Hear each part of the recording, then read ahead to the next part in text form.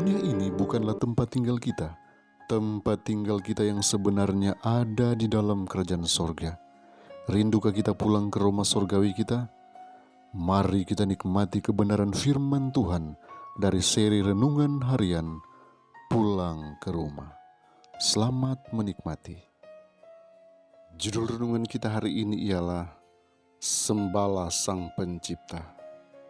Mari kita berdoa. Kami datang saat ini Tuhan memohon petunjuk-Mu lewat kuasa Roh Kudus-Mu, agar kami boleh memahami lebih dalam akan pekabaran firman yang siap kami terima. Dalam nama Yesus, amin.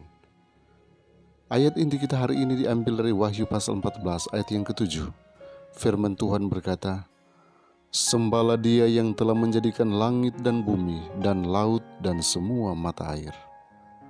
Saudaraku, tugas menyembah Allah didasarkan atas fakta bahwa Ia adalah Khalik, Pencipta, dan bahwa semua makhluk yang lain diciptakan oleh-Nya. Dan di mana saja di dalam Alkitab, tuntutan untuk menghormati dan menyembahnya di atas Allah-Allah bangsa-bangsa kafir dinyatakan. Di sana dikutip bukti kuasa penciptaannya.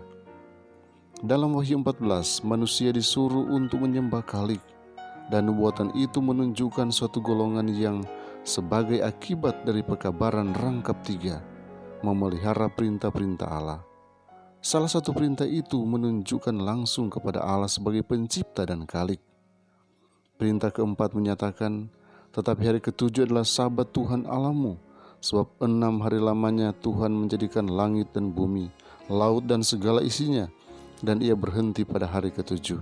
Itulah sebabnya Tuhan memberkati hari Sabat dan menguduskannya."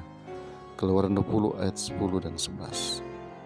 Mengenai hari Sabat, lebih jauh Tuhan berkata bahwa itu adalah menjadi peringatan di antara aku dan kamu, supaya orang mengetahui bahwa akulah Tuhan Allahmu. Yesaya 20 ayat 20. Pentingnya hari Sabat sebagai peringatan penciptaan adalah bahwa itu terus mengingatkan alasan yang benar mengapa Allah patut disembah. Sebab Dia adalah Khalik, Pencipta, dan kita adalah makhluk-makhluknya.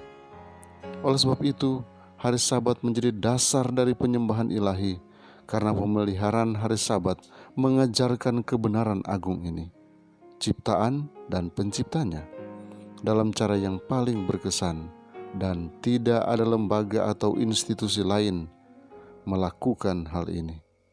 Dasar yang benar penyembahan ilahi bukan hanya dari hari ke-7 saja, tetapi dalam semua penyembahan yang ditemukan dalam perbedaan yang jelas antara Khalik, Pencipta, dengan makhluk-makhluk ciptaannya.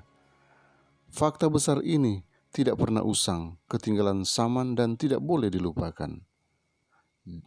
Andrews J.N. History of the Sabbath, pasal 27.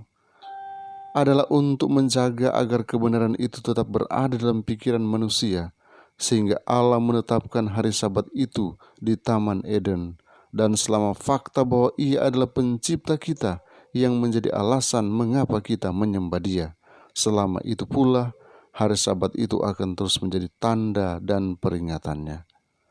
Sekiranya hari Sabat itu dipelihara secara universal, pikiran dan kasih sayang manusia akan dituntun kepada Khalik, Pencipta, sebagai tujuan penghormatan dan penyembahan, dan tidak akan pernah ada penyembah berhala, ateis, atau orang kafir. Pemeliharaan hari Sabat adalah tanda kesetiaan kepada Allah yang benar. Dia yang telah menjadikan langit dan bumi, dan laut dan semua mata air. Seterusnya bahwa pekabaran yang memerintahkan manusia menyembah Allah dan menuruti perintah-perintahnya, terutama memanggil mereka untuk memelihara perintah atau hukum keempat. Alfa dan Omega, jilid 8. Mari kita berdoa. Bapa di sorga, terima kasih karena kembali kami dikuatkan untuk kebenaran firman yang terus meyakinkan kami untuk kebenaran yang perlu kami pegang sampai hari Maranatha. Tolonglah kami hari ini, karena kami siap berkarya bagi-Mu, melakukan semua aktivitas kami. Engkau berikan kekuatan, kesehatan, hikmat dari sorga, agar kami boleh mampu melakukan yang terbaik untuk kemuliaan nama Tuhan. Engkau tetap jaga kami, lindungi kami sepanjang hari, sehingga apapun yang kami kerjakan berhasil. Terima kasih Tuhan karena hamba boleh menyerahkan kehidupan anak-anak Tuhan yang mendengarkan channel ini hanya ke dalam tangan-Mu. Sambil kami datang bersyukur dalam nama Yesus. Amin.